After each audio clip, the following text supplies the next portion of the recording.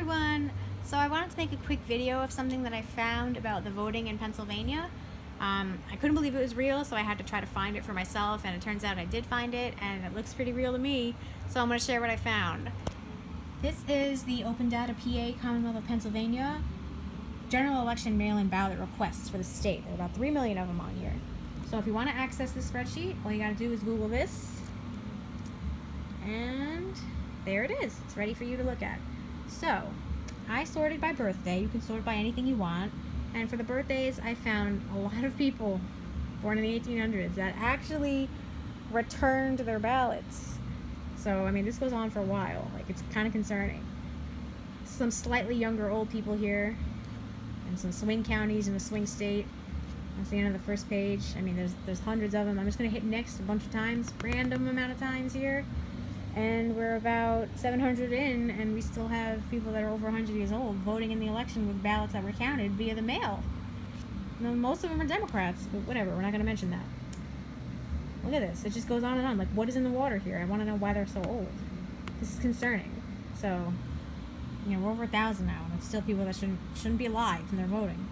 So I actually looked, and there's more text here. It says some of the birthdays will appear as January 1st because of confidentiality, usually for domestic violence. So I looked at some domestic violence literature from the Pennsylvania Coalition Against Domestic Violence, How to Vote. This pamphlet came out in 2020, I guess ahead of the elections, just teaching people what they had to do if they wanted to apply and if they were concerned about their privacy. I read the whole thing. You know, what is survivor safety and confidentiality? Has nothing to do with fake birthdays. Not the word birthday or birth or date. It doesn't even appear in here. It's all about the address. Has nothing to do with your birthday. Putting a fake birthday, you know, it's not part of it. It's all about your address. Even in New York, it's the same thing about your address.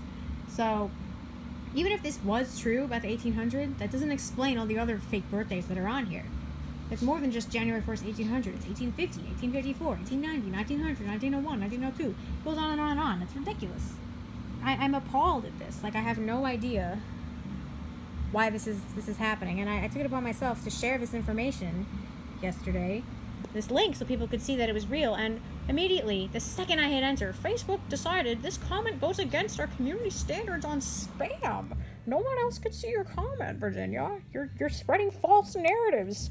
I'm gonna fact check you. And they didn't even fact check me because they can't. They just hid it from the public because it's accessible information that's real. Like, how is this spam?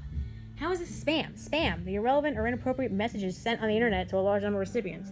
I posted a link on one person's profile and it was immediately flagged. I mean, this is more like the meat than it is actual spam at this point. Like, this is free information anybody can access, hopefully, until they take it down. And if I'm wrong here, like, please, I'm not just trying to be that guy. I'm not trying to, like, be right. I've just found this and I'm concerned and I want to raise awareness that this is happening. You know, I highly doubt that Pennsylvania is alone here.